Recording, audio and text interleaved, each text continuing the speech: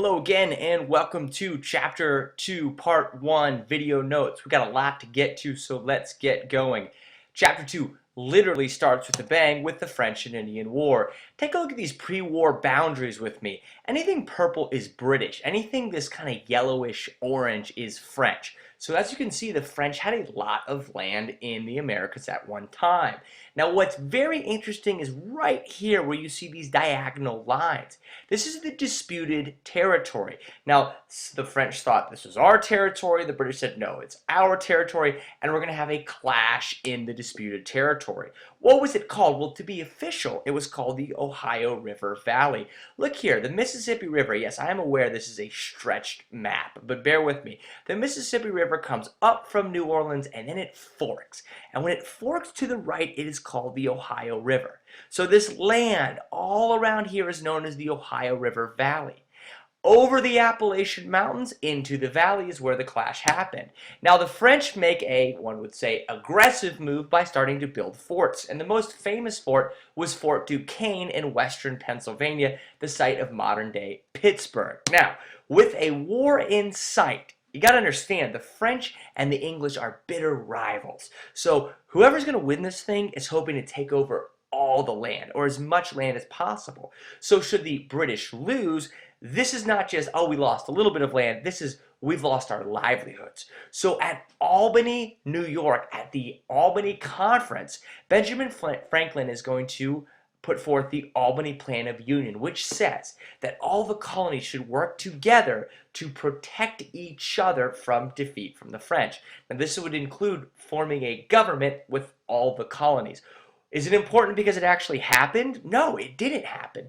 The Albany Plan of Union is going to get rejected, but it shows for the first time that the colonies were seriously thinking about working together. Hold on to that thought. We'll get to that in a second. Back to war. Battle of Quebec is going to end this thing many years after the first engagements at Fort Duquesne.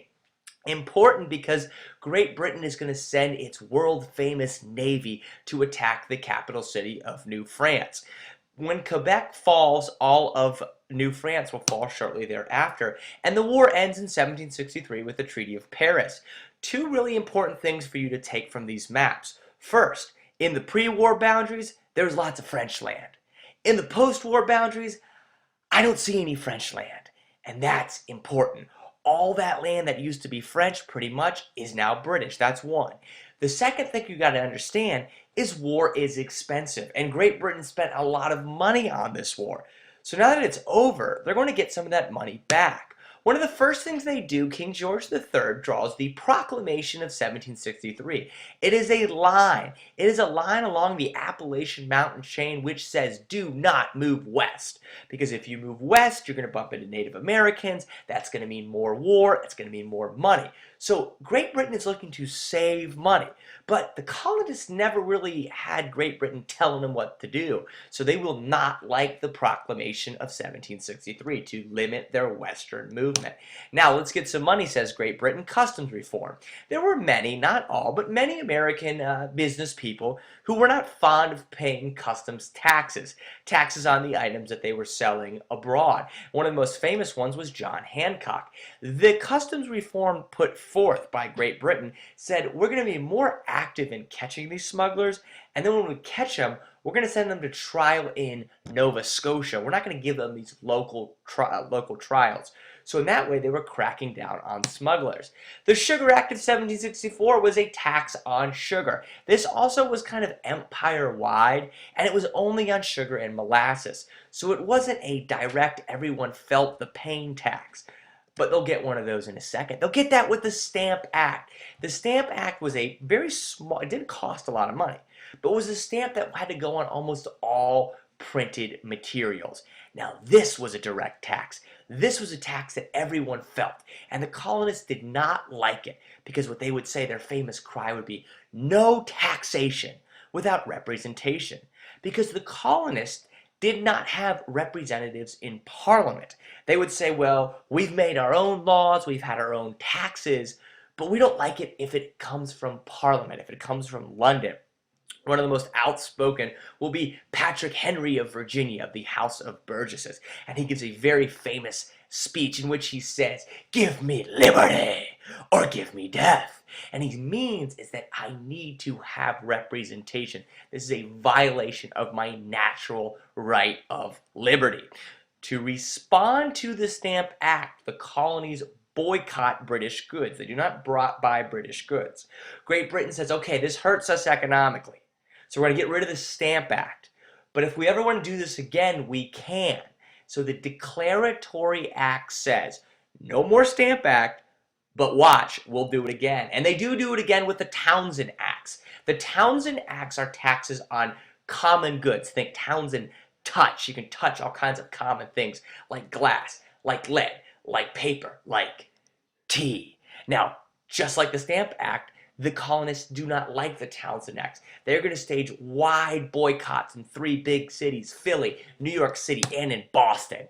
And in Boston, a fight breaks out, and clubs are thrown, punches are thrown, and shots are fired. And when the dust clears, the Boston Massacre has occurred, and 3 colonists lie dead in the streets of Boston.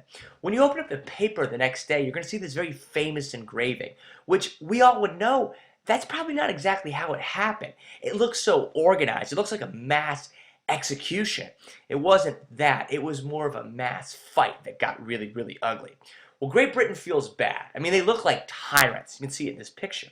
So they're going to repeal all of the Townshend Acts except one, except the tax on tea. And the colonists are going to respond with the Boston Tea Party. Boats waiting to come to Boston from Boston Harbor, loaded with tea, a tea which is going to have that little tax on it. A group called the Sons of Liberty jump onto the boats and dump the tea into Boston Harbor. And this is where things get real ugly. Great Britain is not fond of the Boston Tea Party, so they're going to pass the Coercive Acts. The colonists will call these the Intolerable Acts. Coercive means force. This is a punishment set of laws by Great Britain. They're going to close the port of Boston. They're going to get rid of all the colonial, or the Massachusetts at least, legislatures saying, no, you're gone. The king will now appoint the people in control of you. And how about the Quartering Act? Colonists must provide food and housing for British soldiers. The colonists do not like this at all. So in response to the Coercive Acts, they come up with the Continental Congress. The first Continental Congress is going to meet.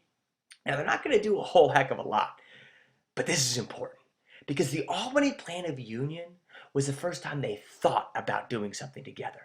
The first Continental Congress is the first time they actually do something together. Most of the colonies, as a matter of fact, all of them except for Georgia, meet and say, we got a problem.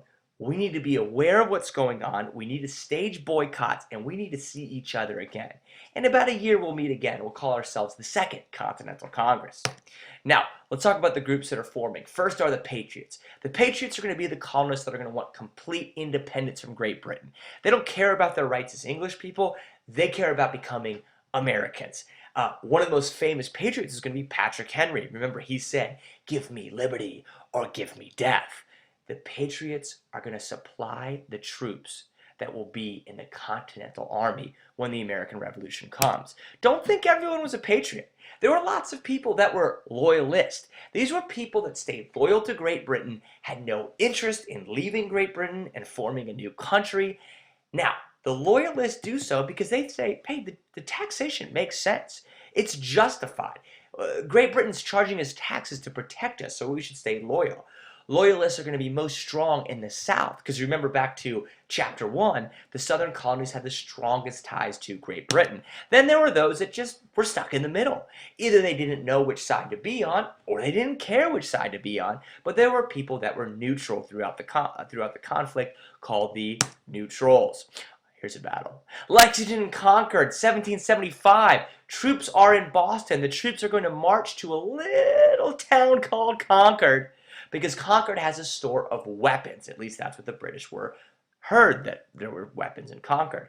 As they go, they are stopped at Lexington by a group of militia. These are these unpaid citizen soldiers that pick up arms to defend their homeland.